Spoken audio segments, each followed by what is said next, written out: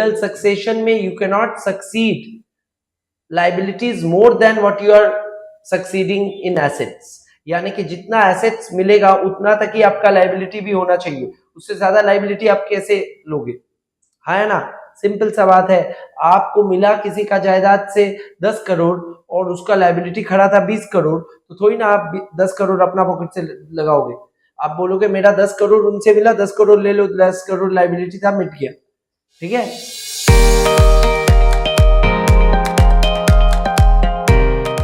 Okay, once again, a very warm welcome to another session of CA Foundation Law with CA Law Easy. Last class, if you recall, we had started with Indian Contract Act Unit 4.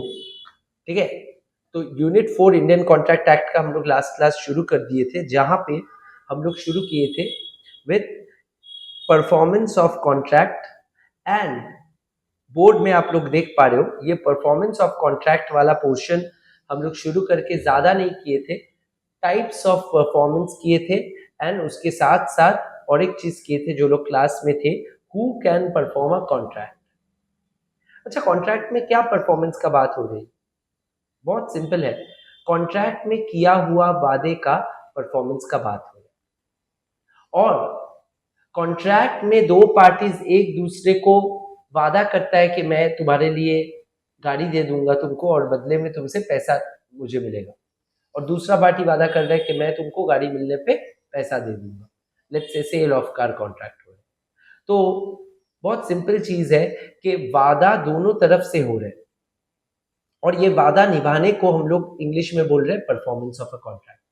इतना ही है, simple सोचना is very important for you to relate the real concepts to the theoretical concepts to the real world. इसीलिए मैं इतना simple examples लेके बात करता हूँ। बुक में भी ऐसा ही एग्जांपल्स है, commercial trading examples are these only. अब इसमें जितना जितना जितना आप क्लॉजेस लाओगे उतना कॉम्प्लिकेटेड होगा, बट चीज़ों को सिंपली अगर नहीं देख पाओगे तो कॉन्ट्रैक्ट समझ नहीं पाओगे कोई भी कमर्शियल वर्ल्ड का। ओके, तो सर परफॉर्मेंस तो यही है। अब परफॉर्मेंस दो तरह से कर सकते हैं हम लोग, एक एक्चुअल परफॉर्मेंस और दूसरा अटेम्प्टेड परफॉर्मेंस। अभी ये actual performance and attempted performance का क्या माजरा है? बहुत आसान है। एक्चुअल परफॉर्मेंस यानी कि आज अगर मैं कोई चीज करने का वादा किया हूं, प्रोमिसी को प्रॉमिसर वादा करता है, तो प्रॉमिसर हूं मैं प्रॉमिस किया प्रोमिसी को कि आपको मैं 30 मई को कुछ किताबें भेज दूंगा, और मैंने 30 मई को किताबें उनको भेज दिया, उन्होंने रिसीव कर लिया, और पहले से मेरे को पता था वो अपना ऑफिस में रहेंगे।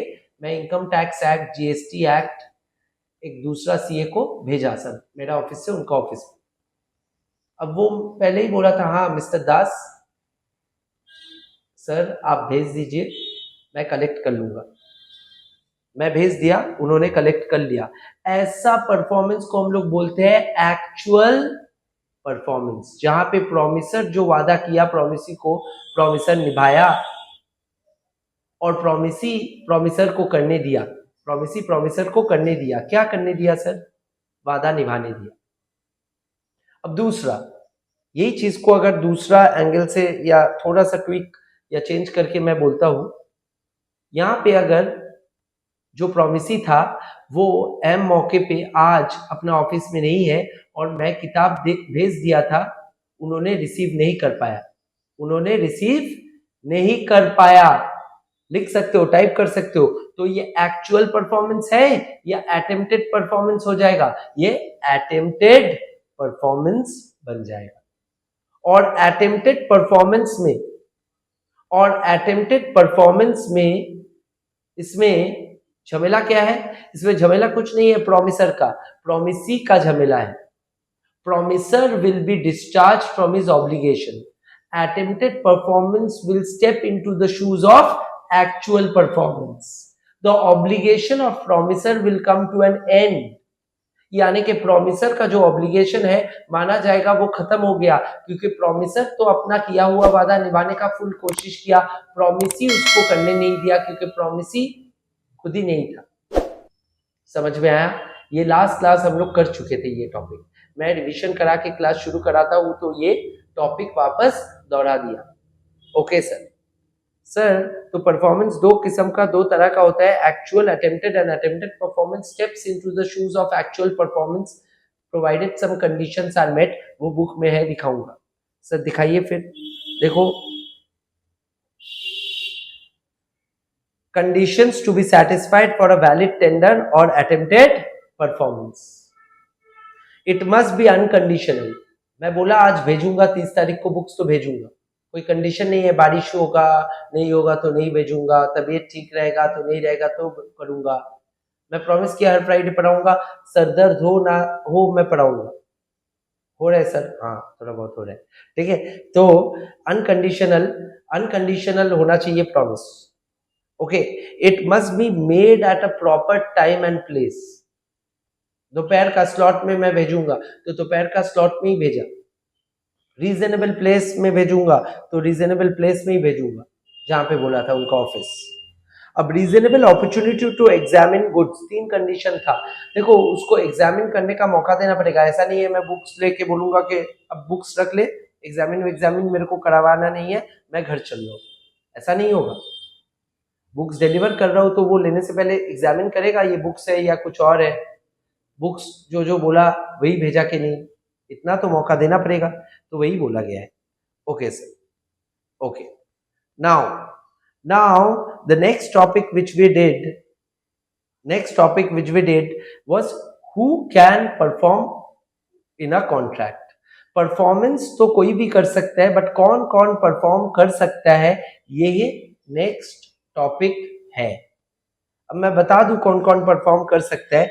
यहाँ पे मैं पढ़ा दिया था, ये भी 5 व्यक्ति, 5 पीपल कैन परफॉर्म। जो लोग क्लास में थे उस दिन 5 जन भी रहे होंगे हार्डली, तो वेनेसडे वाला क्लास में जो लोग थे, हर वेनेसडे हर फ्राइडे अभी क्लास ले रहा हूं, ठीक है।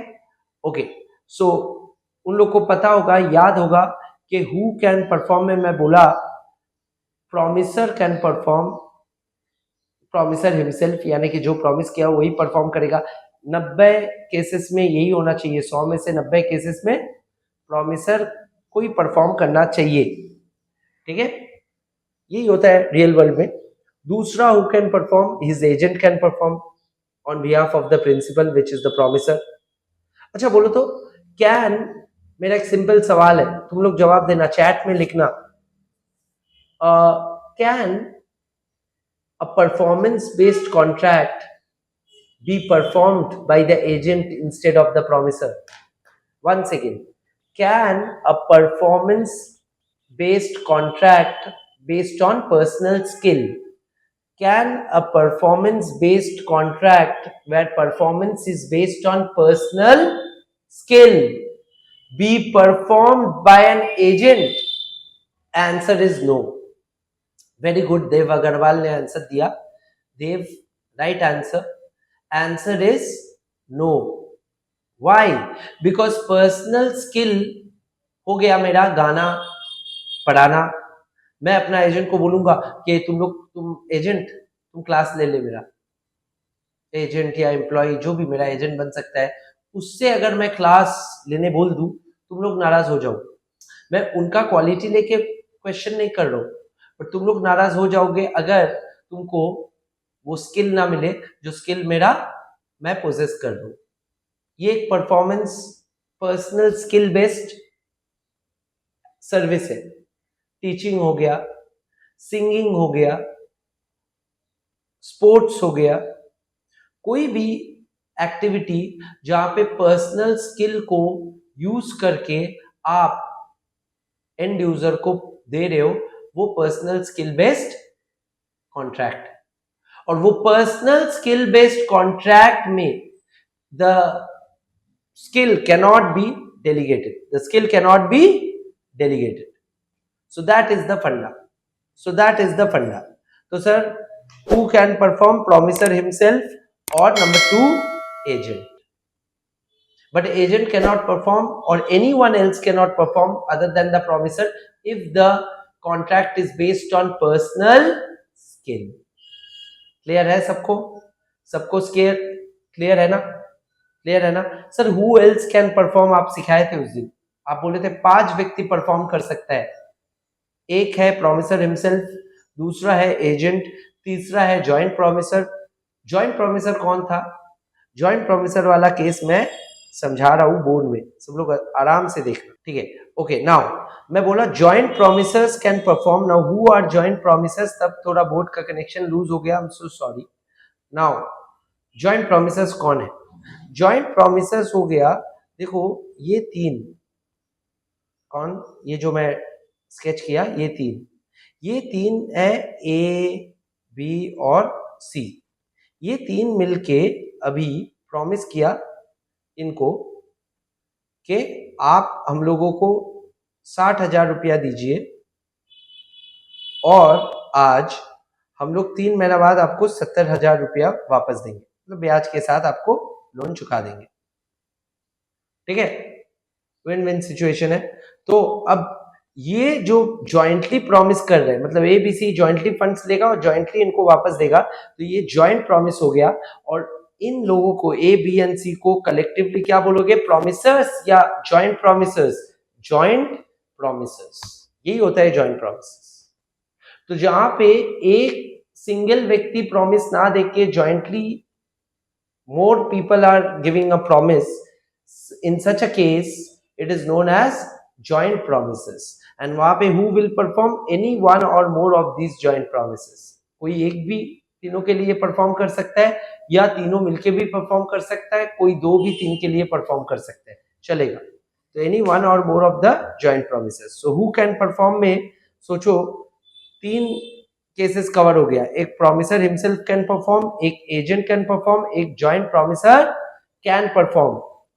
मैं बता दूं चौथा पर्सन हु कैन परफॉर्म हम लोग पढ़ लिए थे इज, अगर प्रॉमिसर मर जाता है तो legal heir. Who can perform? The legal heir. And 5वां व्यक्ति who can perform is third party. Third party हो गया कोई भी, थर्ड पार्टी हो गया कोई भी तीसरा व्यक्ति. सर लीगल हेयर तो समझ में आ गया, थर्ड पार्टी वाला समझ में नहीं आया. मैं बुक से एक एग्जांपल दिखाया था, किसी को याद है? किसी को याद है थर्ड पार्टी वाला एग्जांपल? थर्ड पर्सन या थर्ड पार्टी जो भी हो. मैं बोला था कि मेरा डेट, मतलब मैं किसी से 1 लाख का सामान लिया तो उसको मेरे को कितना वापस देना है? 1 लाख. आज मेरे पास पैसा है नहीं, मैं वापस नहीं दे पा रहा हूं, तो मेरा बदले मेरा फ्रेंड दे दिया, मेरा फ्रेंड उसको पैसा दे दिया. और ये बात मुझे मालूम नहीं है बट उसे मालूम है कि उसको पैसा मिला. अब क्या वो मुझसे वापस मांग सकता है सेम पैसा? अगर मांग भी ले तो कोर्ट क्या बोलेगा? मुझे ही पे करना पड़ेगा, या कोर्ट उसको बोलेगा कि भाई तुमको उसका फ्रेंड ने तो दे दिया, यही बोलेगा. तो थर्ड पार्टी यानी कि my friend can also be a performer. ठीक है? So performance can be done by promisor himself, his agent, legal heir, joint promisors या थर्ड पर्सन्स. यहां तक हम लोग पढ़े थे. आज का क्लास टेक्निकली शुरू हो रहा है अभी, नाउ. ठीक है? Okay, now let me tell you, आज का क्लास में we will make sure we finish unit 4 in full. Unit 4 के बाद अगर यूनिट 5 चालू हो पाए तो कर लेंगे. ठीक है? Okay. Very very important, very very very important, very very important नहीं, 3 वेरी बोल दिया. Very very very important topic is agreement. Sir agreement नहीं लिखे आप, असाइनमेंट वर्सेस सक्सेशन. यानी कि असाइनमेंट ऑफ अ कॉन्ट्रैक्ट हम लोग थोड़ा बहुत आइडिया इसका रखते हैं. कौन सा टॉपिक में मैं पढ़ाया था बोलो? यूनिट 2 में क्या पढ़ाया था? कंट्रीब्यूशन में क्या पढ़ा था? कंट्रीब्यूशन का एक टॉपिक पढ़े थे. वो कंट्रीब्यूशन का टॉपिक का नाम था प्रीविटी ऑफ कॉन्ट्रैक्ट, यानी कि suit by third party. Third party कोई दो व्यक्ति का कॉन्ट्रैक्ट में सू नहीं कर पाता है, ये कॉन्सेप्ट हम लोग पढ़े थे प्रीविटी ऑफ कॉन्ट्रैक्ट बोल के, और इसका एक्सेप्शंस पढ़े थे कि कहाँ पे third party can sue in a contract between two persons. याद आया? याद आया तो अंगूठा दिखाओ, क्लास को इंटरैक्टिव रखो। तो ये जो टॉपिक हम लोग पढ़े थे इसमें एक्सेप्शन नंबर 4, इसमें एक्सेप्शन नंबर 4 किसी को याद है? एक्सेप्शन नंबर 4 में क्या था? एक्सेप्शन नंबर 4 में था assignment of a contract. Exception number 4 में था असाइनमेंट ऑफ अ कॉन्ट्रैक्ट, और मैं यहाँ पे यही बोला था कि प्रीविटी ऑफ कॉन्ट्रैक्ट यानी कि दो व्यक्ति का कॉन्ट्रैक्ट में there cannot be a third person, but कभी कभी third person can sue between the contract of two person. वही एक्सेप्शन था। एक एक्सेप्शन था असाइनमेंट ऑफ अ कॉन्ट्रैक्ट में assignee of a contract, assignee in a contract can sue between the contract of two person. Assignment में मैं यही concept बोला था कि every contract is made up of a benefit and a burden. Her contract में एक benefit है और एक बर्डन है। Benefit is the receiving aspect, burden is the giving aspect, यानी कि डेबिट एंड क्रेडिट, है ना। तो बेनिफिट एंड बर्डन में बर्डन को आप किसी को सौंप नहीं दे पाओगे, मतलब बर्डन को किसी का नाम पे आप असाइन नहीं कर पाओगे। only and only the benefit can be assigned to a third party. Only and only the benefit can be assigned to a third party. When we assign the benefit of a contract to a third party, that is known as assignment of a contract. When we assign, when we endorse, when we give the benefit in a contract to a third party, such a action or such an act is known as assignment of a contract. यानी कि मैं यही example लिया था consideration पढ़ाते वक्त, ठीक है सर, कंट्रीब्यूशन बोले थे आप गलती से, हाँ कंसीडरेशन पढ़ाते वक्त मैं यही बोला था कि कंसीडरेशन में मैं ये सूट बाय थर्ड पार्टी वाला टॉपिक में मैं यही बोला कि सूट बाय थर्ड पार्टी में मैं यही बोला था कंसीडरेशन में कि कभी कभी कॉन्ट्रैक्ट में once again just a moment, okay once again थोड़ा सा डिसरप्शन हुआ, I am sorry for that. Okay, assignment versus succession में मैं यही बोला कि असाइनमेंट ऑफ अ कॉन्ट्रैक्ट क्या है। असाइनमेंट ऑफ अ कॉन्ट्रैक्ट में मैं यही बोला कि assignment of a contract as a topic we have started और I had explain to you in unit 2, जहाँ पे कंसीडरेशन का एक हम लोग रूल पढ़े थे कि there cannot be a third party in a contract between two persons. This is known as privity of contract. और privity of contract का exception यानी कि सूट बाय थर्ड पार्टी कब हो सकता है, वो एक्सेप्शन में फोर्थ एक्सेप्शन था assignment of a contract. Assignment of a contract का कॉन्सेप्ट क्या था? कॉन्सेप्ट ये था कि कोई भी कॉन्ट्रैक्ट में कुछ रिसीविंग, कुछ मिलना रहता है, कुछ देना रहता है।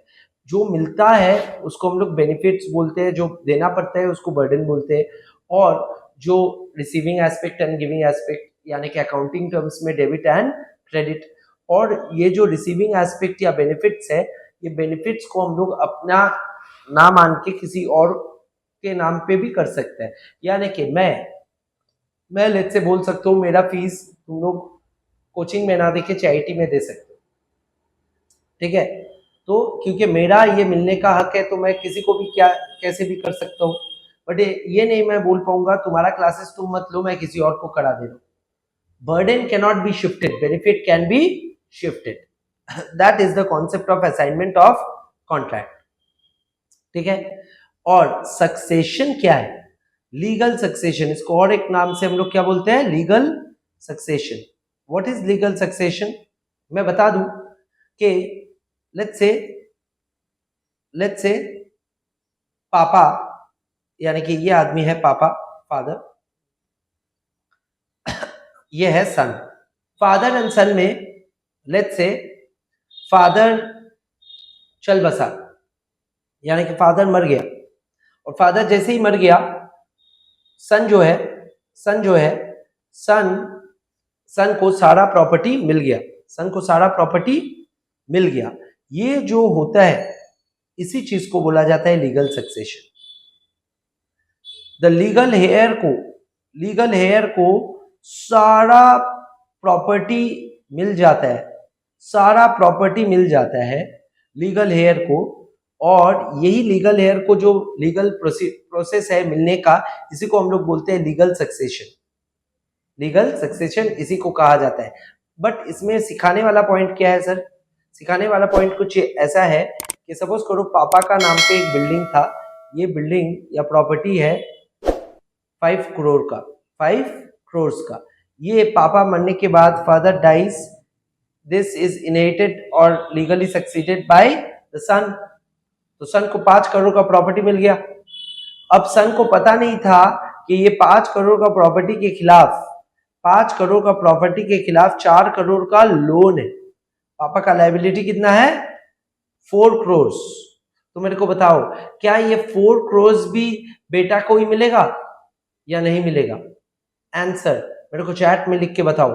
मेक द क्लास इंटरैक्टिव, तब जाके फायदा है। सो मत जाना सब लोग, जगह रहो और मेरे को चैट में आंसर चाहिए। वंस अगेन, बेटा को पापा मरने के बाद पापा का जायदाद नसीब हुआ और मिला लीगली, इसको बोला जाता है succession, legal succession. Legally succeed किया लीगल हेयर होके बेटा, फादर का प्रॉपर्टी ऑफ 5 करोड़ रुपीस। अब मेरा सवाल ये है कि 5 करोड़ रुपीस के खिलाफ पापा का लायबिलिटी भी था 4 करोड़ का। अब ये लायबिलिटी भी क्या बेटा को मिलेगा या लेना पड़ेगा? यही है मेरा question. Please answer in the chat box by writing yes liability मिलेगा, ये नो लायबिलिटी नहीं मिलेगा। ऐसे लिख के मेरे को बताओ। जिन लोग को समझ में नहीं आया लिखो कैसे समझ में नहीं आया और एक बार बोलिए। The answer is the yes. Dev Agarwal is the only student जो बार बार लिख रहे, ठीक है। The answer is yes, the answer is yes.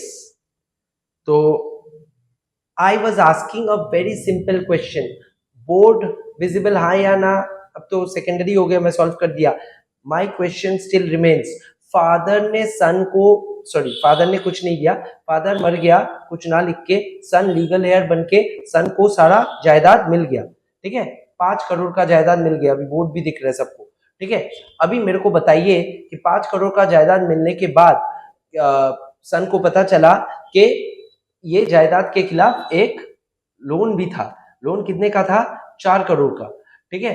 अब मेरे को बताओ, क्या फादर एंड सन क्या सन को एसेट एंड लायबिलिटी दोनों नसीब होगा या सिर्फ एसेट 5 करोड़ का मिलेगा? आंसर क्या है? जैसे असाइनमेंट ऑफ अ कॉन्ट्रैक्ट में only benefits can be assigned to the assignee not the burden.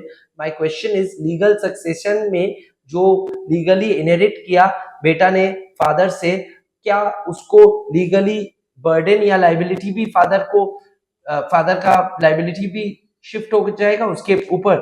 This is the question. The answer is absolutely legal succession में you can not succeed liabilities more than what you are succeeding in assets. यानी कि जितना assets मिलेगा उतना तक ही आपका liability भी होना चाहिए, उससे ज्यादा लायबिलिटी आप कैसे लोगे? है ना, सिंपल सा बात है। आपको मिला किसी का जायदाद से 10 करोड़ और उसका लायबिलिटी खड़ा था 20 करोड़, तो थोड़ी ना आप 10 करोड़ अपना पॉकेट से लगाओगे। आप बोलोगे मेरा 10 करोड़ उनसे मिला, 10 करोड़ ले लो, 10 करोड़ लायबिलिटी था, मिट गया, ठीक है।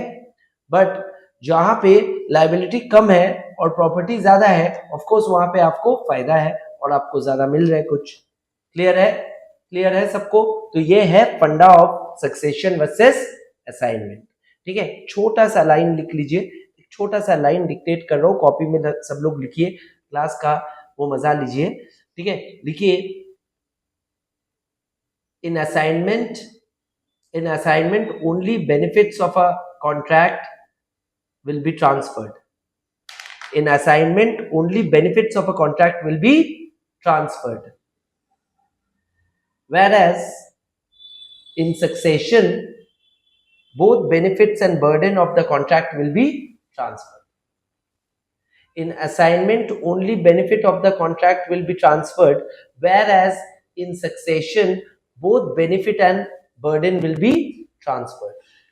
और एक लाइन लिख लो, ऐड कर लो। In succession, the burden will be limited to the benefits. In succession, the burden of the legal heir in succession, the burden of the legal heir will be limited to the benefits received by him. Clear है? Is it clear? Okay. Sir next topic क्या है बताइए.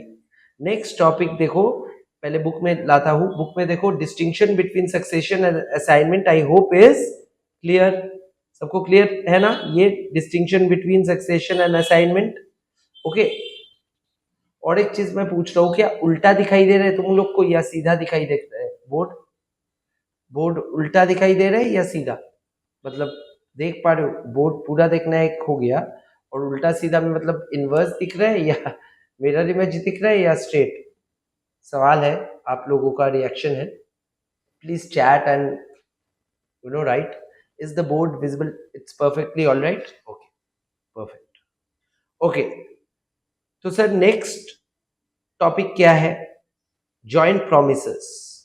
Joint promises मैं समझा के next topic में move करूंगा. वो है time and place for performance of the promise. And उसके बाद रेसिप्रोकल प्रॉमिस छोड़ के, रेसिप्रोकल प्रॉमिस को छोड़ के, बारिंग रेसिप्रोकल प्रॉमिस, हम लोग बाकी टॉपिक में चले जाएंगे. बाकी टॉपिक क्या है? रेसिप्रोकल प्रॉमिस में अलग से कराता हूं. Appropriation of payment, appropriation of payment and contracts which need not be performed. ये दो टॉपिक आज करेंगे, ठीक है. एंड डिस्चार्ज ऑफ कॉन्ट्रैक्ट, तीनों करेंगे, ठीक है. तो इस यूनिट में मैं समरी कर देता हूं अभी क्या क्या कराऊंगा, ठीक है. समरी ऑफ कंटेंट और summary of today's class. Summary हम लोग पहला दिन कर चुके हैं. Types of performance, who can perform, also done. आज किए सक्सेशन वर्सेस असाइनमेंट. बाकी रह गया नेक्स्ट टॉपिक जो अभी करेंगे, जॉइंट प्रोमिसेस.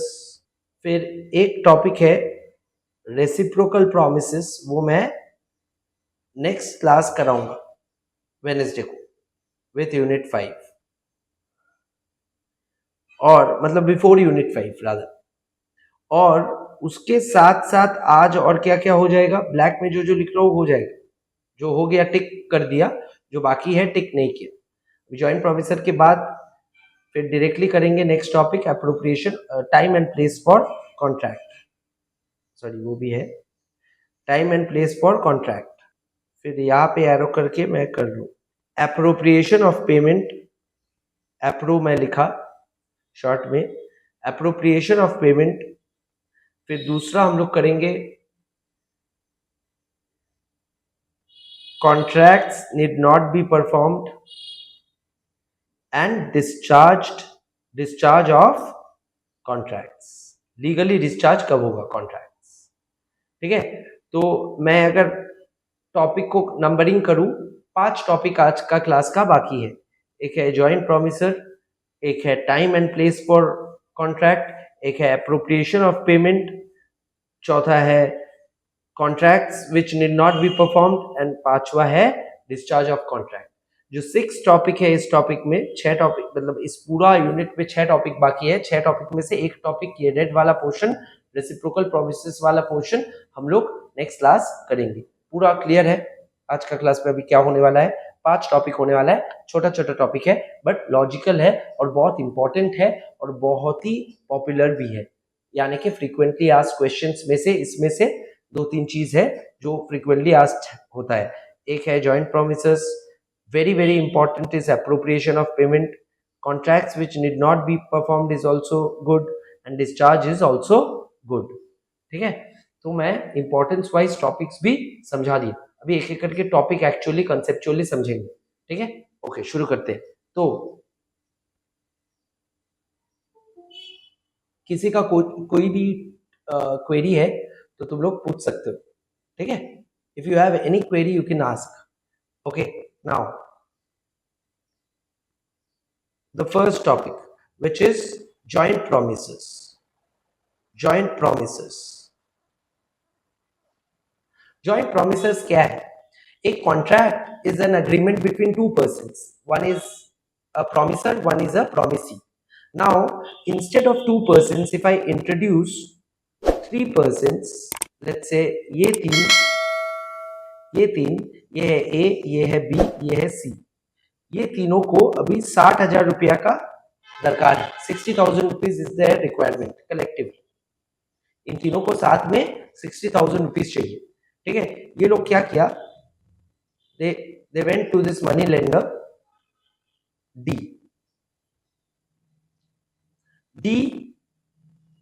से ये लोग पैसा मांग लिया. 60,000 रुपया डी ने इन लोगों को दे दिया. ठीक है. अब 60,000 रुपया इन लोगों को डी दे दिया और इन लोगों ने मिल के प्रॉमिस किया डी को कि 3 महीना बाद मैं 60,000 रुपया आपको वापस दे दूंगा. तो this act is known as jointly they are promising. That's why they are joint promisers. So they are known as joint promisers. And ये जो है she is a promisee, but ये joint promisee नहीं है, she is single promisee, अकेला promise लिया. ठीक है ना. तो अब joint promisers का कहानी में क्या है लॉजिक और क्या है इन्फरेंस और क्या है कॉन्सेप्ट, ये थोड़ा समझते हैं. ठीक है. बहुत आसान है, एकदम रिलैक्स होके सुनना है खाली और लॉजिकली इन्फर करना है दिमाग में. ठीक है. अब देखो, अब let's say on the D day मतलब ऑन द जजमेंट डे और ऑन द रिटर्न मनी, जिस दिन पे बैक होगा उस दिन का बात बोल लो.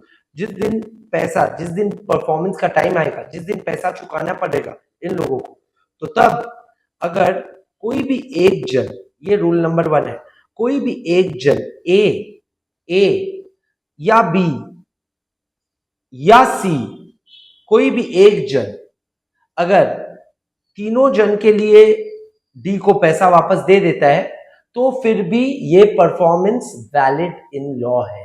यानी कि डी कैनॉट से कि तुम लोग तीनों मिलके क्यों वापस नहीं दिया. डी को पैसे से मतलब है, डी को अपना हिस्सा से मतलब है. डी को अगर 60,000 रुपया ए बी सी तीनों मिलके दे देता है तो it is good in law. That performance will be legally valid. Got it. And यानी कि any one or more of the joint promisors can perform for the entire joint promisors. For all the joint promisers, any one or more of the joint promiser may perform. ये rule number 1 है. Rule number 2 क्या है? Rule number 2 है promisee, यानी कि D अगर चाहे तो कोई भी एक जन से परफॉर्मेंस करा सकता है. डी को पसंद है बी, डी बोलेगा बी तू मेरे को पैसा दे के जा, ए और सी से मेरा मतलब नहीं है. तो बी को डी को तब पैसा देना ही पड़ेगा. Then B will have to pay to D. अब तुम लोग का मन में चल रहा होगा फिर A और C को तो फिर मतलब रहम मिल गया. नहीं, B देगा 60,000 D को क्योंकि D ने B से मांगा वापस, बट B A और C से हिस्सा ले लेगा. A और C से 20,000 ले लेगा क्योंकि 60,000 अगर इक्वली तोड़ो तो 60 डिवाइडेड बाई 3 क्या होता है 20,000. तो तीनों को 20,000 देना चाहिए. तीनों अगर 20,000 लिया था तो बी क्या करेगा, बी 60,000 दे देगा डी को वापस क्योंकि डी प्रोमिसी ने मांगा है बी से और ये डिस्चार्ज हो जाएगा joint promise. But A and C will be obliged to pay 40,000 यानी कि 20,000 ईच टू बी. तब हिसाब ठीक है ना. तो सिंपल हिसाब, जॉइंट प्रॉमिस में कोई भी एक जॉइंट प्रॉमिसर को प्रॉमिसी एनफोर्स करा सकता है या कोई भी एक joint promisor on behalf of the other joint promisors may perform the entire contract. Got it. So this is the first premise. Second premise में क्या बोला कि सेकंड प्रेमिस बोला नहीं, अभी बोलने वाला हूं. सेकंड प्रेमिस ये है कि let's say A B and सी में से सी इंसॉल्वेंट बन गया. सर इंसॉल्वेंट क्या होता है? इंसॉल्वेंट होता है जिसका दिवाला निकल गया. दिवाला सबको पता है ना, दिवाली नहीं, दिवाला मीन्स जिसका धज्जिया उड़ गया, जिसका assets are less than liabilities are more than assets. Assets are insufficient to pay off the liabilities, यानी कि लाइबिलिटीज ज्यादा है एसेट कम है, तो सच व्यक्ति को कोर्ट ऑफ लॉ इंसॉल्वेंट बोल सकता है। ठीक है, इंसॉल्वेंट मतलब सी इंसॉल्वेंट बना मतलब सी का पेइंग कैपेसिटी नहीं है और सी जीरो पैसा देगा मतलब अपना 20,000 देना चाहिए था, 20 में से वो जीरो ही ले आ पाएगा। तो क्या होगा, अब इस केस में ए और बी को 30 हजार देना पड़ेगा। Instead of 20,000 each, they will have to pay how much, 30,000 each in order to repay the loan of 60,000 which they had taken. Got it? और ऐसा ही सवाल इंस्टीट्यूट पूछता है। सी इंस्टीट्यूट का क्वेश्चन पेपर देखोगे तो ऐसा ही सवाल आया है पास पेपर्स में कि ABC जॉइंट प्रॉमिस थे, डी से पैसा लिया, डी को जॉइंट प्रॉमिस कर दिए थे 60,000 तीनों मिलके चुकाएंगे, but on the due date C became insolvent. अब क्या होगा, सिंपल आंसर है ए और बी मिलके सी का लॉस का कंपेंसेशन खुद से देगा, इक्वली देगा, या वो प्रोपोर्शन में देगा जो प्रोपोर्शन में जॉइंट प्रॉमिस किया गया था। क्लियर है? सबको क्लियर है? तो एक अंगूठा दिखा दो, अंगूठा वाला ऑप्शन है जी मीट में। ठीक है, दिखाओ भाई। हाँ ठीक है, Rishi Dev very nice, okay, Navneel very nice, okay, good boys. Now ध्यान से सुनो। अब नेक्स्ट टॉपिक, ये जॉइंट प्रोमिसर वाला टॉपिक तो समझ में आ गया। अभी नेक्स्ट टॉपिक जो है that is time and place for contract. Time and place for contract, मैं बता दूं ये सारा टॉपिक टेक्निकली बहुत इंपॉर्टेंट है to learn contract act and to answer questions from this contract act, because बहुत सारा टेक्निकल सवाल आता है। Joint promise is a technical topic जहां से क्वेश्चन आता है, पास पेपर में भर के क्वेश्चन है। ठीक है, अप्रोप्रिएशन ऑफ पेमेंट जो अभी पढ़ाने वाला हूँ टाइम एंड प्लेस के बाद, उससे भर के सवाल है। ठीक है, डिस्चार्ज ऑफ कॉन्ट्रैक्ट से भर के सवाल है। ठीक है, फिर contracts which need not be perform, वहां से कॉन्सेप्ट्स एंड सवाल है। तो ये सारा एरिया टेक्निकल कॉन्सेप्ट से भरा पड़ा हुआ है और आज का क्लास बहुत ही इंपॉर्टेंट है। जो लोग घर में सो रहे हो प्लीज जग जाओ, वेक अप एंड कॉफी बना के बैठ सकते हो, that comfort you have at home. ठीक है, बट अभी मत उठना। ठीक है, अब ध्यान से सुनना। Next topic, let me drink my coffee. या so next topic is time and place for contract. अच्छा बोलो, कोई तुम Amazon से ई कॉन्ट्रैक्ट में चीज खरीदो। ई कॉन्ट्रैक्ट क्या होता है? Electronically enforced contracts. ठीक है, सो ई कॉमर्स, ई कॉन्ट्रैक्ट। तो Amazon से तुम कोई चीज बुक किए हो, तुम्हारा एड्रेस Amazon का पोर्टल में दिया हुआ है, डिलीवरी एड्रेस तुम डाल दिया। ठीक है, डिलीवरी एड्रेस डाल दिया तुम लोग, बांगुर एवेन्यू डाल दिया। ठीक है, तो अब बोलो गुड्स को बांगुर एवेन्यू में ही डिलीवर होना चाहिए, हाँ या ना? डिलीवरी एड्रेस पे डिलीवर होना चाहिए। So time and place of contract should be as contracted. If there is any deviation the contract का टर्म्स आर ब्रीच्ड, हाँ या ना? तुम Amazon को बहुत सारा चीज लिखोगे, रिपोर्ट कर दोगे, कॉल करोगे, बोलोगे क्या हो रहा है, मजाक थोड़ी ना हो रहा है, मैं एड्रेस दिया, डिलीवरी एड्रेस पे शिप नहीं हुआ, कहीं और एड्रेस में चला गया। स्विगी में भी सेम है, जोमैटो, ब्लिंकिट, जो भी एप्स है वो सब में सेम है। उबर बुलाओगे, उबर में भी डिलीवरी पिकअप पॉइंट जो होगा वही उसी में आना चाहिए। ठीक है, तो this is the comfort of time and place of contract. Sir time का क्या बात है? टाइम का तो वो लोग बोलते हैं, usually they commit a time, they say this will be shipped to you on 23rd of June. ठीक है, तो 23rd जून को तुम्हारे पास पहुंचना चाहिए। ठीक है, वो तो डेट हो गया सर, टाइम थोड़ी ना हुआ। 23rd जून को एक रीजनेबल टाइम में तुम्हारे पास पहुंचना चाहिए। रीजनेबल टाइम क्या हो गया? रीजनेबल टाइम वो लोग बोल देते हैं 9 से 11 के अंदर डिलीवरी होगा, या 9 से 8 के अंदर डिलीवरी होगा, etcetera etcetera. So time and place of contract is already क्या होता है, कॉन्ट्रैक्ट में जो लिखा होता है वही होता है। अब मैं कह देता हूं ऐसा कॉन्ट्रैक्ट जहां पे टाइम एंड डेट लिखा नहीं है, ये सब होलसेल मार्केट में, रिटेल मार्केट में, अनऑर्गेनाइज सेक्टर में ई कॉन्ट्रैक्ट जहां पे नहीं होता है, यहाँ पे ऐसा होता है। तुम दुकान में गए और ऑर्डर दिए और दुकानदार बोला आपको 2-3 दिन में मिल जाएगा। 2-3 दिन, लैंग्वेज ऐसा रहता है। 2-3 दिन मतलब वो टाइम कमिट नहीं करता है, वो बोल देता है 2-3 दिन में मिलेगा, मतलब मिल जाएगा। अब 2-3 दिन का जो इंटरप्रिटेशन है लीगल, ये अगर डिस्प्यूट में गया तो तुम कैसे इंटरप्रेट करोगे? 2-3 दिन का अगर डिले भी हुआ तो 4-5 दिन हो सकता है। वो 2-3 दिन का 2-3 महीना अगर बना दे, विल यू और will you not sue him? You will. मतलब सू तो ड्रास्टिक स्टेप हो गया, विल यू और will you not accuse him? Of course you will. हाँ है ना? तुम मनी बैक मांगोगे या तुम बोलोगे मेरे को लेना ही नहीं है, 2-3 महीना बहुत देरी कर दिया आप, ठीक है? तो इट्स ये क्यों कर सकते हो? क्योंकि टाइम एंड प्लेस बहुत रेलेवेंट होता है हर कॉन्ट्रैक्ट का। टाइम एंड प्लेस अगर कॉन्ट्रैक्ट में पहले से लिखा है तो वही टाइम एंड प्लेस में होना चाहिए। जैसे अमेजॉन वाला एग्जांपल दिया, टाइम एंड प्लेस अगर नहीं लिखा है तो it should be with in reasonable time and at a reasonable place. Now this term which I used, reasonable is a question of fact, not a question of law. ये जो मैं बोला technical चीज, reasonableness is a question of fact and not a question of law. Let us think of it and let us brainstorm on it. क्या reasonable है ये factual circumstances पे depend करता है, ना कि लीगल सर्कमस्टांसेस पे। कोई लॉ का किताब या कोई एक्ट या कोई कानून आपको बताएगा नहीं क्या रीजनेबल है। आपको अगर गर्मी लगता है, आप लाइट क्लोथ्स पहनते हो, दैट इज रीजनेबल। कानून नहीं बताएगा you have to wear light clothes in दोपहर को 12 बजे। आपको अगर ठंडा लगे दोपहर को 12 बजे, एसी बहुत चिल्ड है या फिर वेदर बहुत ड्रास्टिकली चेंज कर गया, तो you can wear warm clothes, why not? So law won't say कि यू हैव टू वेयर, 12 बज गया मतलब legally you have to wear light clothes. That is question of law. So question of law नहीं है। Reasonableness is always a question of fact and circumstance.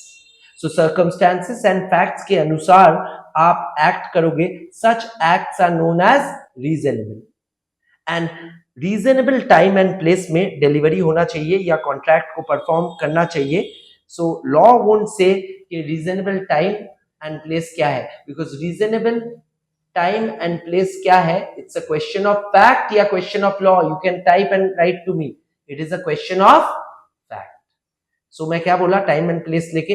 Time and place लेके मैं यही बोला कि time and place of contract always, अगर contract में mentioned है तो it must be honoured as per the time and place contracted. Second चीज विच आई सेड वाज, अगर टाइम एंड प्लेस कोई कॉन्ट्रैक्ट में मेंशन नहीं होता है तो time and place for performance of the contract shall be at a reasonable place and a reasonable time. And reasonable place and reasonable time are question of fact or question of law? It's a question of fact. Law cannot state this is a reasonable time. Law cannot state this is a reasonable place. Got it? So this is the funda of time and place. So time and place, if mentioned in the contract, performance must be done at such so and so time and place. If it is not mentioned in the contract, then it shall be done at a reasonable place at a reasonable time. Reasonable place and reasonable time is a question of law. नहीं, it's a question of fact. Clear है? Okay. चलो, किताब में ये सारा चीज लिखा हुआ है। हम लोग किताब देख नहीं रहे तो आपको you may feel a little shaken कि किताब में ये सब लिखा है। हाँ, ये सब लिखा है। This is the topic which we are covering is time and place of contract. ठीक है, यहां पे लिखा हुआ है, ठीक, रेसिप्रोकल प्रोमिसेस के ऊपर। ठीक है, this is where time and place for performance of promise. I have explain to you. ठीक है, ओके। नाउ रेसिप्रोकल प्रॉमिस मैं पहले ही बोला, आज नहीं नेक्स्ट क्लास पढ़ाऊंगा। रेसिप्रोकल प्रॉमिसेस के नीचे वाला टॉपिक्स जो है वो आज करके यूनिट खत्म हो जाएगा। 3 टॉपिक बाकी है। Appropriation of payment, number 2 is discharge of contracts and number 3 is contracts which need not be performed. ये मैं पहले ही फ्लो ऑफ टॉपिक्स में दिखा दिया था, जहां पे हम लोग डिस्कस किए कि क्या क्या बाकी है टॉपिक्स। ठीक है, सो देखो ये टॉपिक्स बाकी है, ये हो गया, ग्रीन वाले हो गए, बाकी रह गया ये ब्लू वाले। सर ये भी तो ग्रीन हो गया, ब्लू वाले। एप्रोप्रिएशन ऑफ कॉन्ट्रैक्ट, गंदा हैंडराइटिंग है इसलिए पढ़ दे रहा हूँ। Contracts which did not be performed and discharge of contracts, ठीक है। तो ये 3 बाकी है, अभी ये 3 करेंगे। इसमें से मोस्ट इंपॉर्टेंट डबल स्टार वाला टॉपिक है appropriation of payment, double star वाला टॉपिक है, ठीक है। और ये सबसे अच्छे से समझ में आ जाएगा तुम लोग को क्योंकि मैं समझा रहा हूं। Okay, now let us see what is appropriation of payment. कोई भी व्यापार में हिसाब कैसे होता है, एक कस्टमर के साथ एक ही ट्रांजैक्शन थोड़ी ना होता है, एक क्लाइंट या एक कस्टमर के साथ रिपीटेड ट्रांजैक्शंस होते रहता है। तो सपोज करो ये है मिस्टर एक्स, ये मोटू मिस्टर एक्स है। सर बॉडी शेमिंग क्यों कर रहे हो, ऐसे शेप को डिस्क्राइब कर रहा हूं, बॉडी शेमिंग नहीं कर रहा हूं। Okay, now he is mister x. Now mister x का बिजनेस में बहुत सारा कस्टमर्स है। एक्स का, सर एक्स का कस्टमर थोड़ी ना एक्स रहेगा, सॉरी, लेट्स से वाई एक कस्टमर है, वाई रिपीटेड कस्टमर है, मतलब बार बार खरीदता है, ठीक है। अब लेट्स से वाई 2022 में एक चीज खरीदा था जिसका पैसा आज तक नहीं दिया, आज तक 2022 में खरीदा हुआ चीज का, 2022 का जनवरी में खरीदा हुआ चीज का पैसा नहीं दिया वाई ने। ऐसा हो सकता है? बिल्कुल ऐसा। इससे भी गंदा गंदा कस्टमर से डील करना पड़ेगा तुमको जब व्यापार करोगे खुद का। जो लोग पैसा एकदम नहीं दिया, बाकी रख दिया, ठीक है, भाग गया, फोन नहीं उठा रहा है, ठीक है, कह रहा है कि पैसा नहीं है बट सब कुछ कर रहे हैं, तो ऐसा कस्टमर्स बहुत सारे मिलेंगे। ओके, तो मिस्टर वाई का, और उन लोग को तुमको गुड्स देना भी है। देखो मिस्टर वाई के साथ 2022 का ड्यूज अभी भी पड़ा हुआ है 50,000 का, और मिस्टर वाई का कुछ 2023 का ड्यूज है 40,000 का, ठीक है। मिस्टर वाई का 2024 का ड्यूज है 30,000 का। कलर क्यों अलग अलग कर रहा हूं मैं फिगर्स का बताऊंगा, ठीक है। और मिस्टर वाई का 2025 का करंट ईयर का ड्यूज है अभी तक 15,000। पूरा सीख जाओगे बहुत कुछ इस डिस्कशन से, कैसे कस्टमर या रिसीवेबल्स मैनेज करना है ये भी सीख जाओ। ओके, अब ध्यान देना, देखो इसमें legal point Indian contract act का क्या है। अगर मिस्टर वाई अभी एक तुमको चेक काट के दिया, तुम बहुत फोन किए मिस्टर वाई कब दोगे कब दोगे, क्लाइंट को तुम गाली भी नहीं दे पाओगे, तो क्लाइंट को रेस्पेक्टफुली बोलोगे mister Y when will you pay. Mister Y एक चेक दे दिया, इफ द चेक का amount is 30,000, how will you appropriate this payment. Now what is the meaning of appropriation of payment, मतलब इस payment को कैसे आप अप्लाई करोगे, आपको क्या लगेगा ये चेक कौन सा ड्यू के खिलाफ आप एडजस्ट करोगे। This is what appropriation of payment is, यानी कि अगेंस्ट विच ड्यू एक पेमेंट को आप एडजस्ट करो, सिंपल एज दैट। ये 30,000 का एक चेक दिया, बट चेक में लिखा नहीं ये किसका ड्यू है, कौन सा ड्यू है, जनरल एक चेक दे दिया, तुम पैसा मांगा, उसका बहुत सारा ड्यूज बाकी है बुक्स में, तुम्हारा किताब में तो 2022, 23, 24, 25 अलग अलग ट्रांजैक्शन या अलग अलग लेवल का ड्यूज पड़ा है मिस्टर वाई का, और मिस्टर वाई से एक चेक मिला, अब चेक 30,000 का मिला, तो तुम ये कौन सा ड्यू के खिलाफ मिला क्या मानोगे, यही मेरा सवाल है। और यही सीए इंस्टीट्यूट का क्वेश्चन पेपर में सवाल होता है, और तुम्हारा आंसर क्या रहेगा। अब द आंसर जनरली इज, अगर मिस्टर वाई कोई ड्यू का खिलाफ इंस्ट्रक्शन नहीं दिया, चेक में नहीं लिखा, चेक के साथ कोई इंस्ट्रक्शन नहीं दिया कि ये 50,000 के खिलाफ मैं दिया, या ये 40,000 के खिलाफ मैं दिया, या मैं करंट ईयर का डेट के खिलाफ दिया 2025 का, या 2024 के खिलाफ दिया, तो तुम ये मान लोगे अमाउंट सेम है, तो रीजनेबिलिटी लगा के ये 30,000 का चेक दिया मतलब ये 30,000 का ही दिया होगा, हाँ या ना? The answer is yes. If the amount matches with a due and you have no information against which due he is paying a customer, then you will assume it to be a payment against exactly same figure. ये तो rationality है, ठीक है? तो you have evidence के amount same है और ये कुछ बोला नहीं तो इसको इसके खिलाफ ही सेट ऑफ कर देते हैं. Great great, you can. But अगर माय सवाल इज, अगर मिस्टर वाई लिख देता है एक्सक्लूसिवली ये 2022 का खिलाफ है, तो तुमको क्या करना पड़ता? 2022 के खिलाफ ही इसको सेट ऑफ करना पड़ता. यानी कि एप्रोप्रिएशन ऑफ पेमेंट का first rule is always use the instruction given by the debtor या कस्टमर. मिस्टर वाई क्या है? तुम्हारा डेटर है. अकाउंटिंग टर्म्स में टेक्निकली क्या बोलते हो? जिससे पैसा मिलता है उसको डेटर. तो रूल नंबर 1, 3 रूल सिखाऊंगा एप्रोप्रिएशन का. Rule number 1 is appropriation as per debtor's instruction. Rule number 1 is appropriation as per debtor's instruction. तो डेटर अगर कुछ इंस्ट्रक्ट करे तो वही मानना पड़ेगा, ठीक है? डेटर अगर इंस्ट्रक्ट ना करे तो रूल नंबर 2 इन्वोक होगा. Rule number 2 is appropriation as per creditor, यानी कि मिस्टर एक्स जो चाहेगा वो होगा. अगर मिस्टर वाई कुछ नहीं लिखता है तो मिस्टर एक्स जो चाहेगा वो होगा.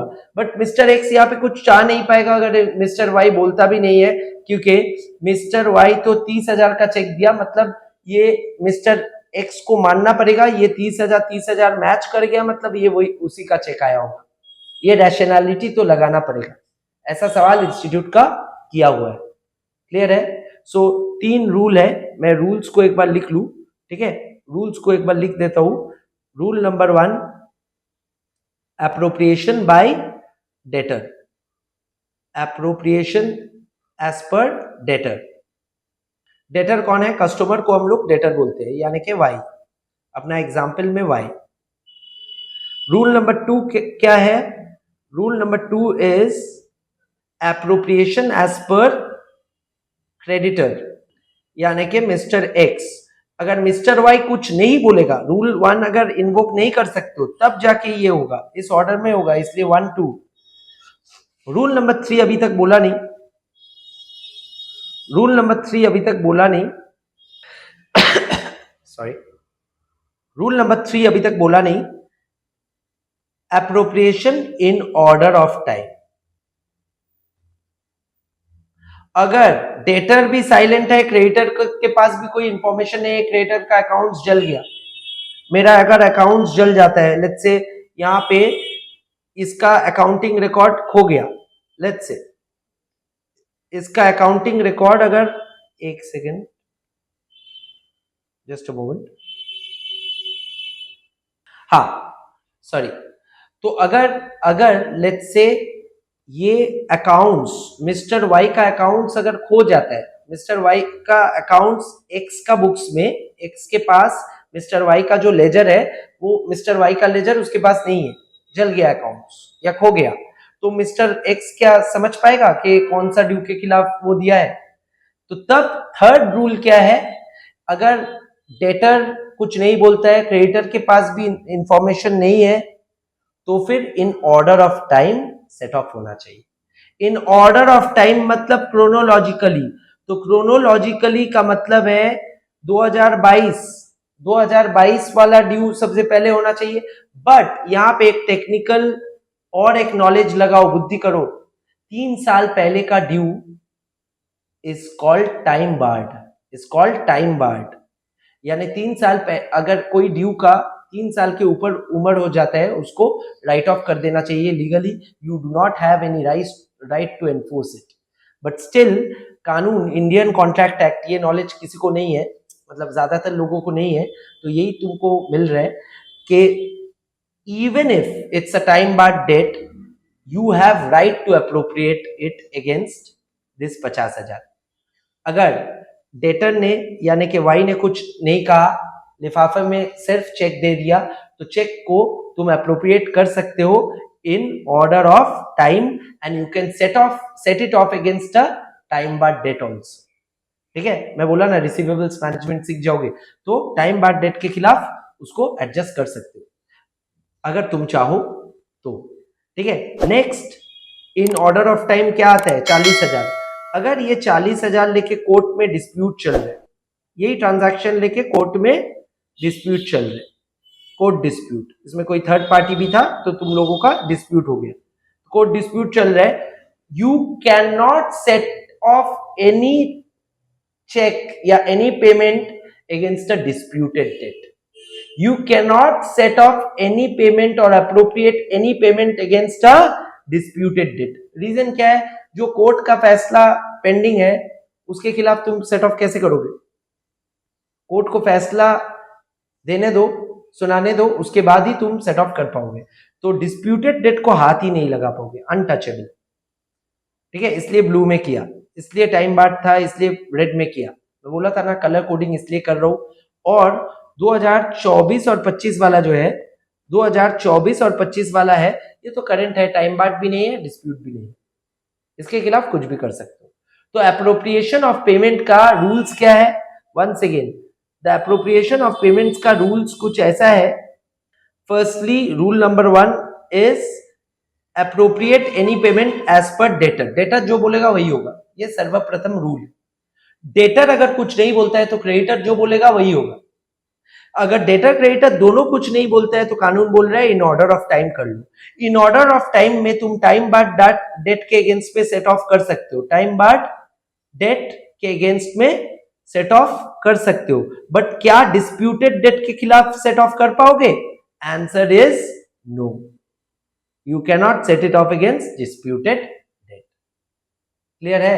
पूरा टॉपिक नंबर्स के साथ, एग्जाम्पल के साथ, एग्जाम का क्वेश्चन के साथ करा दिया, बुक खोलना भी नहीं पड़ा, बुक खोल के तुम लोग पढ़ोगे। ठीक है, क्लियर है? और ये सारा बोर्ड वर्क मैं आज से व्हाट्सएप कर दूंगा ग्रुप में, एडिशनल तुम लोग को बेनिफिट मिलेगा। बट इस बेनिफिट का मतलब ये नहीं है तुम लेजी कॉकरोच की तरह लेटे लेटे कोल्ड ड्रिंक पीते पीते क्लास करोगे।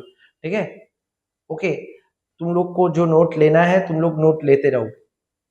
Please keep on writing your own notes, making your own notes, or else you will never learn the hard way. If you don't learn the hard way, you will never learn. Okay, all right. Next topic. अच्छा, इसमें कुछ query है तो तुम लोग पूछ सकते हो चैट में। प्लीज आस्क, पूछो। कुछ क्वेरी है तो चैट में लिख के पूछ सकते हो। Appropriation of payment is a very good topic.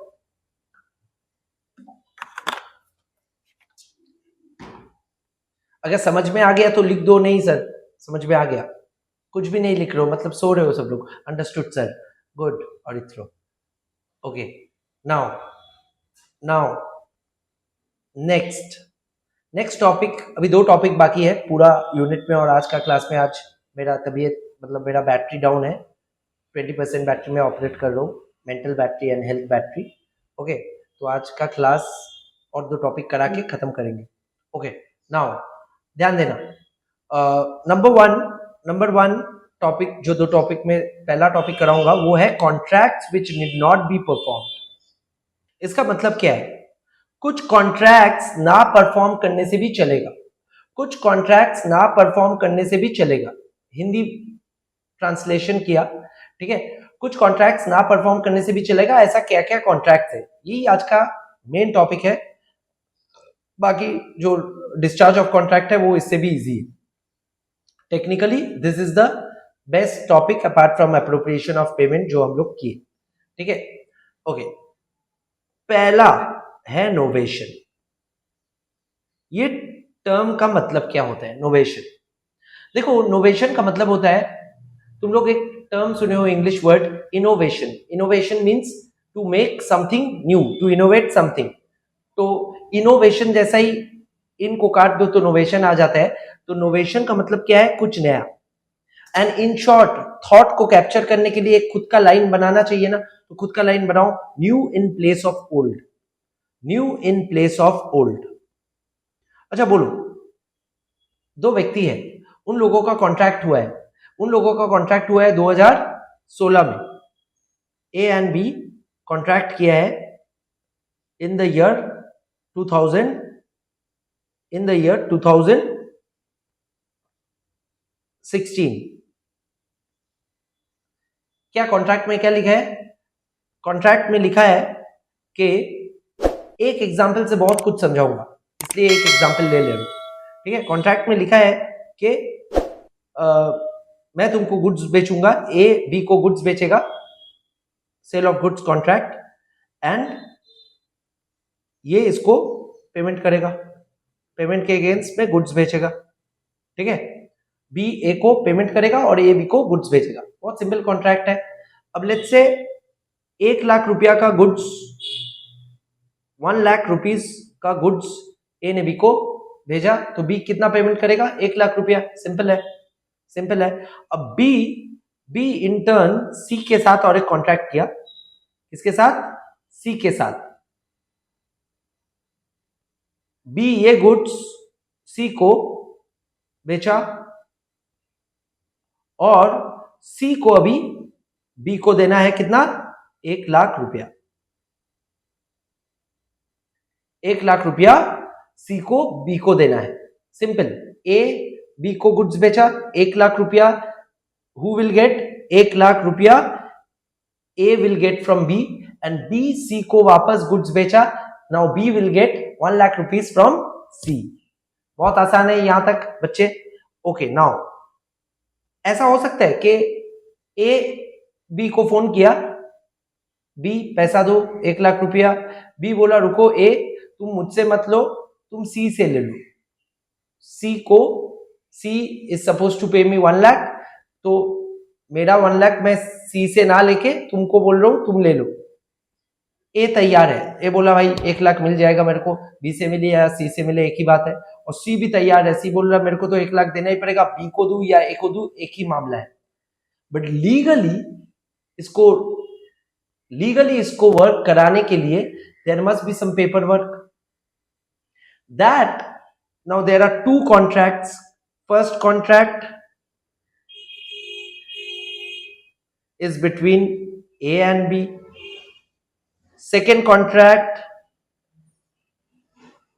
is between B and C. Now both the contracts will be discharged, need not be performed, and a new contract comes to place between A and C. And this new in place of old is known as novation. Contract को नोवेट करा दिया। समझ में आया? यही सब legal कारीगरी तुमको करना पड़ेगा विथ नॉलेज। देखो, प्रोफेशन एंड वोकेशन में क्या फर्क है? प्रोफेशन एंड वोकेशन में क्या फर्क है? प्रोफेशन इज प्रोफेस्ड नॉलेज,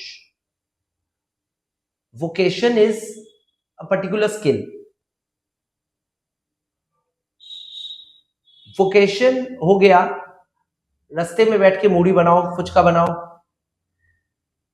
हर रोज बनाओ, पेन को लेके ऐसे ऐसे करो, किसी दिन लस्सी बना लो। This are all vocation. No professed or depth, in depth knowledge, thorough knowledge नहीं लगेगा। बट सीए बनना है, सीएस बनना है, कोई और प्रोफेशनल डिग्री हासिल करना है, तो you have to dig deep, dive deep, and इतना डीप डाइव करो कि मतलब एकदम जो ज्ञान का समुंदर है उसका एकदम अंदर चले जाओ, और अंदर जाके एकदम निकलो ही मत, क्योंकि निकल जाने का मतलब तुम गया ही नहीं, ठीक है। और निकलना है ही नहीं, क्योंकि नॉलेज इतना एंडलेस है, ठीक है। We all can learn still, all of us including myself, so there is no end. तो देखो, नोवेशन में जो बोला, नोवेशन नया कॉन्ट्रैक्ट बनाना है out of old contracts. Old के बदले नया कॉन्ट्रैक्ट्स ला दिए, और ओल्ड कॉन्ट्रैक्ट्स और डिस्चार्ज हो गया। Old contracts need not be performed, इसीलिए इंग्लिश सोचो, contracts which need not be performed. So topic number 1 is novation. अब मैं बोला एक एग्जाम्पल से दूसरा चीज समझाऊंगा, इसलिए मैं 2016 साल को चुना। अब सोचो 2016 was the brink year, brink year मतलब बॉर्डर लाइन ईयर, क्या चीज का? Being CA students, if I quiz you, GST. 2017 से जीएसटी आया, उसके पहले एक गंदा टैक्स लगता था वैट, वो जो वैट का कूड़ा वैसा ही वैट, और वैट के बदले आया जीएसटी। जीएसटी भी कोई सुंदर सा नहीं है, कॉम्प्लिकेशंस है, ठीक है। तो GST has replaced VAT nationally, ठीक है। नाउ वैट यानी कि सेल्स टैक्स, जो भी बोलो, सेल्स टैक्स या वैट को रिप्लेस करके आ गया जीएसटी 2017 में। अब ये नोवेशन वाला एग्जांपल नहीं, मैं नया एग्जांपल ला रहा हूं बेस्ड ऑन सेम फैक्ट्स। 2016 में गुड्स बेचने का कॉन्ट्रैक्ट हुआ बिटवीन ए एंड बी। अब ए अगर सेल करेगा तो सेल्स टैक्स या वैट लगेगा 2016 में, तो कॉन्ट्रैक्ट में वैट का मेंशन है। अब यही कॉन्ट्रैक्ट में 2017 ऑनवर्ड्स अगर यही कॉन्ट्रैक्ट चलते रहा, ऑनगोइंग कॉन्ट्रैक्ट है फॉर नेक्स्ट 10 इयर्स, तो फिर मेरे को बताओ, वैट लगा पाएगा या जीएसटी लगाना पड़ेगा? जीएसटी लगाना पड़ेगा। तो जीएसटी लगाओगे बट कॉन्ट्रैक्ट में तो लिखा है वैट, तो कॉन्ट्रैक्ट को क्या करोगे? नोवेट नहीं। अभी कॉन्ट्रैक्ट को न्यू नहीं बनाना है, एक छोटा सा ऑल्टरेशन कराना है। क्या कराना है? ऑल्टरेशन।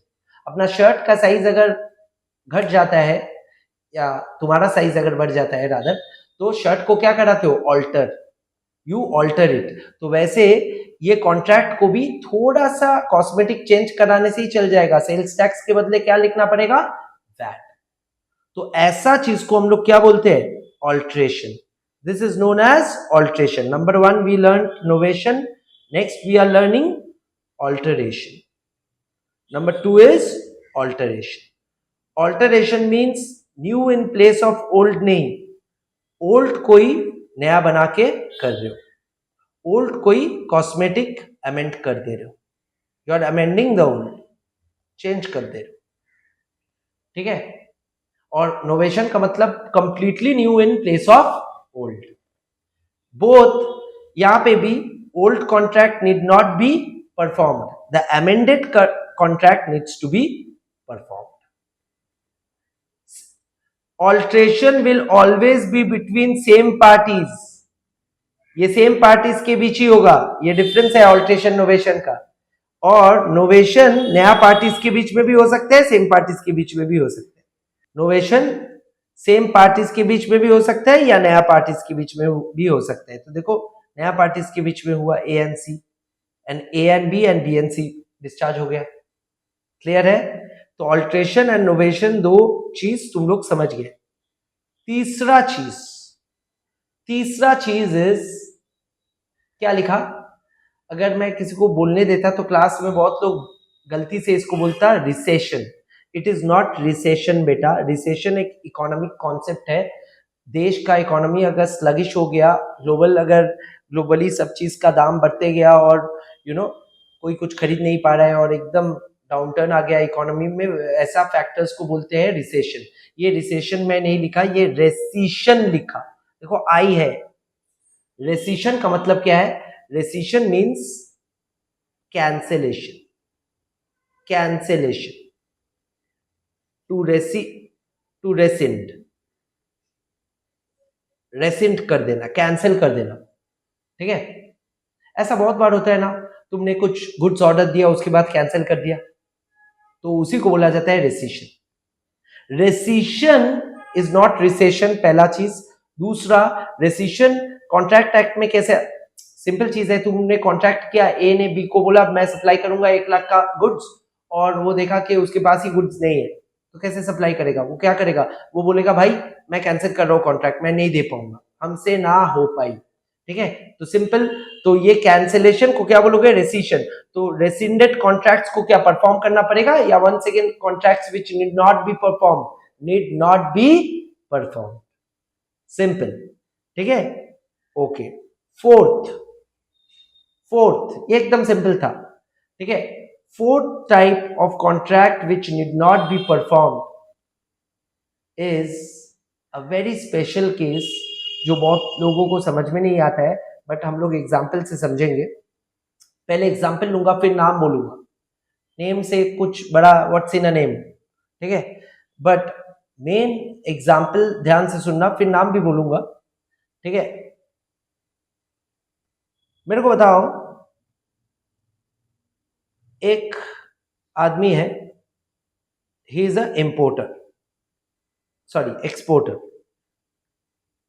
एक्सपोर्ट मतलब देश का बाहर गुड्स बेचता है। कहां पे बेचता है? यूरोप में। एक्सपोर्टर है और यूएस में माल भेजता है, इंडियन एक्सपोर्टर, ठीक है। अब ये इंडियन एक्सपोर्टर लेट्स से $10,000 का माल भेजता है यूएस में। अब यूएस का एक फैक्ट्री है, ये फैक्ट्री, यूएस का फैक्ट्री, ये केमिकल्स ले रहे हैं इंडिया से, ये केमिकल एक्सपोर्टर है। यूएस का factory is a paints manufacturer. Paints manufacturer को केमिकल्स लगता है पेंट्स मैन्युफैक्चर करने के लिए, एसिड वगैरह, ठीक है। अब ये एसिड टॉक्सिक सब्सटेंसेस है, मतलब टॉक्सिक सब्सटेंसेस का मतलब है हैजर्डस सब्सटेंसेस है। फैक्ट्री को ये ठीक से स्टोर में रखना पड़ता है, नहीं तो ये स्पिल कर गया तो पूरा आग लग जाएगा या खतरा है, ठीक है। अब मेरे को बताओ, ये फैक्ट्री जो है, ये फैक्ट्री ये टॉक्सिक स्टॉक को अगर स्टोर करने के लिए अलग स्टोरेज कॉस्ट लगेगा, क्योंकि केयरफुली स्टोर करना पड़ेगा, है ना। अब इसका बल्क में खरीदने से सुविधा क्या है? $10,000 में डिस्काउंट मिल जा रहा है। नहीं तो यही चीज अगर आधा आधा करके खरीदता, बार बार ट्रांसपोर्टेशन कॉस्ट लगता, बार बार टैक्सेस लगता, ये सब लग के क्या होता, processing transaction cost I mean, so ये सब करके ऑर्डरिंग कॉस्ट लगा के इसका कॉस्ट 10,000 का केमिकल्स का हो जाता $15,000। तो ये एक बार में सब खरीद लिया $10,000 में डिस्काउंटेड। ऐसा ही होता है, नॉर्मल प्रूडेंस का बात कर रहा हूँ, नॉर्मल कमर्शियल वर्ल्ड ऐसा ही चलता है, ठीक है। तो $10,000 में ये सारा खरीद लिया, कहां से? यूएस, इंडियन एक्सपोर्टर से, US factory, toxic chemicals, order दे दिया, आया नहीं, डिलीवर हुआ नहीं। अब मेरे को बताओ, डिलीवरी होने से पहले यूएस फैक्ट्री को लगा कि इस साल पेंट्स का डिमांड ही नहीं होगा, यूएस मार्केट में रिसेशन चल रहा है, कोई अपना घर पेंट नहीं कराएगा, तो पेंट्स का डिमांड कम होगा, तो फैक्ट्री का प्रोडक्शन कम होगा। फैक्ट्री का प्रोडक्शन कम होगा तो रॉ मटेरियल उसको ज्यादा लगेगा या कम? रॉ मटेरियल रिक्वायरमेंट भी घट जाएगा, यानी कि ये केमिकल रिक्वायरमेंट भी घट जाएगा, तो उसका $10,000 का chemicals, let's say 1,000 ton of chemicals, 1,000 ton of chemicals उसको नहीं लगेगा, उसको रिवाइज्ड एस्टिमेट उसका है 500 टन, हाफ कैपेसिटी से ही हो जाएगा। बट ये कॉन्ट्रैक्ट हो चुका है, 500 टन अगर लगेगा, will it ask for the entire extra 500 ton? Because extra 500 ton अगर ले भी लिया, पैसा तो पूरा 1,000 टन का वो दे दिया, बट एक्स्ट्रा 500 टन अगर वो ले लिया, इसको स्टोरेज का कॉस्ट भी एक्स्ट्रा लगेगा और इसको डिस्पोज भी करने का अलग कॉस्ट लगेगा, टॉक्सिक मटेरियल है। तो ये क्या कर सकता है? ये बोल सकता है भाई छोड़ दे। मैं अगर गलती से कोई खाना ऑर्डर कर दिया एक्सेस, और घर में खाना खाने का कोई नहीं है, और ऊपर से मेरे पास स्टोरेज फ्रिज भी नहीं है, और लेट्स से मैं भी नहीं खा पाऊंगा, और लेट्स से खाना डिलीवरी करने का एक्स्ट्रा चार्ज भी लगेगा जो मैं बचा सकता हूं, तो मैं क्या करूंगा? एटलीस्ट डिलीवरी चार्ज बचा के कैंसिल कर दूंगा ना। वैसा ही बात हो गया, ये। So the point is here, the contract को हम रेमिट कर देंगे। The technical word is remit, और इसको हम लोग इंग्लिश में बोलते हैं remission. To remit means to waive. Waive का मतलब वो लहर वाला वेव नहीं, WAIVE का मतलब है छूट दे देना, वेवर, छूट दे देना, मैं छोड़ दिया, कॉन्ट्रैक्ट परफॉर्म मत करो, प्रॉमिसर, ठीक है, मैं पैसा दे दिया, होता है ना, कभी कभार तुम रेस्टोरेंट में जाके पैसा देके फूड ऑर्डर कर दिया, तुम्हारा समय बर्बाद हो रहा है, तुम बोला नहीं डिलीवरी नहीं चाहिए, आप रख लो, निकल गए।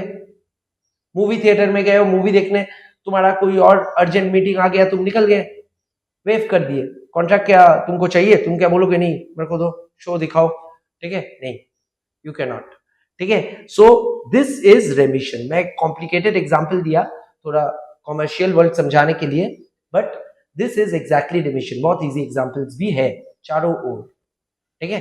Okay, now contracts which need not be perform, क्या क्या सीखे? Novation, alteration, रेमिशन and rescission, not recession, ठीक है? और ये चार मेन चीज है।